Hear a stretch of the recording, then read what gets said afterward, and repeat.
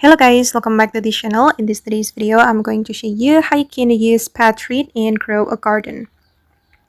Okay, let's get into it guys. I have just bought this pet treat from the gear shop, and at first I was so confused on how to apply this pet treat to my pet on my garden, but now I have already found the answer and I'm going to show you the way. Okay, first of all, we need to select one of our active pets and then we can apply this pet treat to our pet.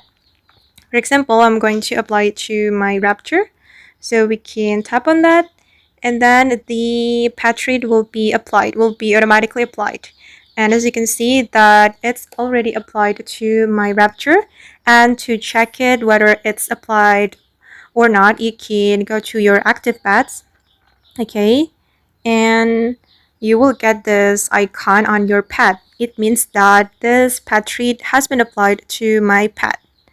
Okay, and this pet treat guys can help you to boost your pet level.